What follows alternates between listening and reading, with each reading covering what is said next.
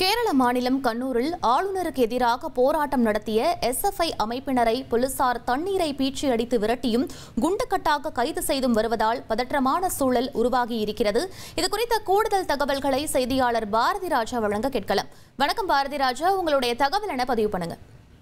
கேரள மாநிலத்தில் அரசு நிதி உதவி பெறும் பல்கலைக்கழகங்கள்ல ஆளுநர் ராஜேந்திர ஆர்லேக்கர் இந்துத்துவாவை பரப்ப முயற்சிப்பதாக SFI student federation of India குற்றம் சாட்டி போராட்டம் நடத்தி வருகிறது. கடந்த 3 நாட்களாகவே இந்த போராட்டம் நடந்து வந்தாலும் தினசரி ஒவ்வொரு பகுதியில் போராட்டம் தீவிரமடைகிறது. இன்று கண்ணூரில், கேரள மாநிலம் கண்ணூரில் நடந்த போராட்டத்தின் போது போராட்டக்காரர்களை கட்டுப்படுத்த போலீசார் முயன்ற போது அவர் கட்டுக்கடங்காமல் போலீசாரை மீறி பொது உடைமைகளுக்கு சேதத்தை ஏற்பட முயன்றனர். அதன் காரணமாக அவர்கள் மீது தண்ணீரை பீச்சி அடித்து போராட்டக்காரர்களை அப்புறப்படுத்தினர். அது மட்டுமல்லாமல் அவர்களை குண்டுக்கட்டாக கைது செய்து அப்புறப்படுத்திய காட்சிகளும் அங்கு அரங்கேறியது.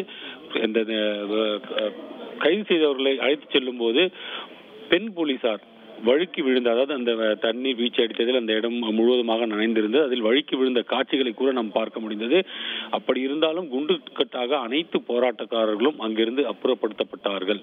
தொடர்ந்து இது தொடர்பான போராட்டத்தை முன்னெடுப்போம் என எஸ்எஃப்ஐ தெரிவித்திருப்பதால் மாநில போலீசார் முழு எச்சரிக்கை நடவடிக்கைகளை மேற்கொண்டு வருகிறார்கள். விவரங்களுக்கு நன்றி பாரதி ராஜா.